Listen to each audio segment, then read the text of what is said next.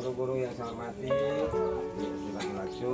saya salut sama Anda semua. Kita bisa bekerja mengajar dengan baik karena di tangan kita inilah semua menentukan kualitas bangsa kita 10 tahun 20 tahun yang akan datang.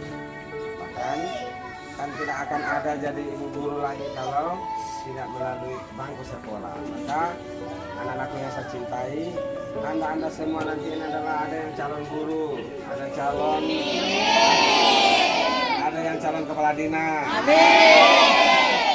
ada calon wali kota, mungkin Anda jadi gubernur, tidak menutup kemungkinan ada yang bisa jadi menteri, dan bisa saja dari Batu Lacu ada yang jadi presiden.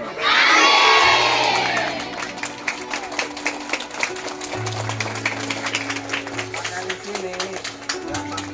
sini punya SD dulu di kampung yang jauh sekali tidak pernah ada motor, tidak ada mobil apalagi. Bapak ini jalan kaki 2 kilo lebih baru sampai di sini.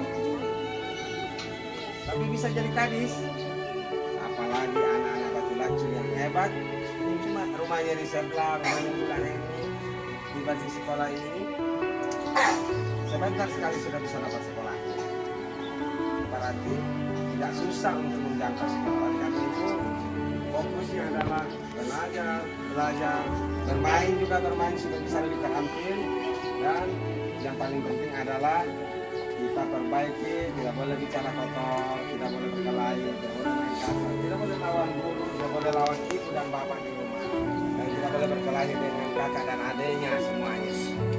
Dan kita menjadi anak-anak yang soleh, anak-anak yang pintar, anak-anak yang cerdas. Kalau sudah jadi anak cerdas semua, maka tidak perlu rapat-rapat orang tuanya mau menyuruh belajar, dia akan belajar dengan sendiri. Ibu guru, bapak guru tidak perlu selalu menegur di kelas, dia akan mendengarkan kalau ibu dan bapak guru mengajar. Tidak mesti ribut, ya, anak-anak semua.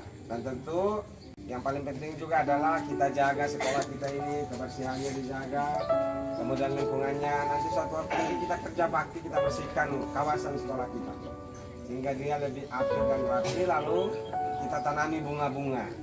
Ibu guru, bapak guru, kepala sekolah juga tentu tidak marah kalau ada yang orang tuanya mau datang bawa bunga, bantu sekolah tanam, dapat.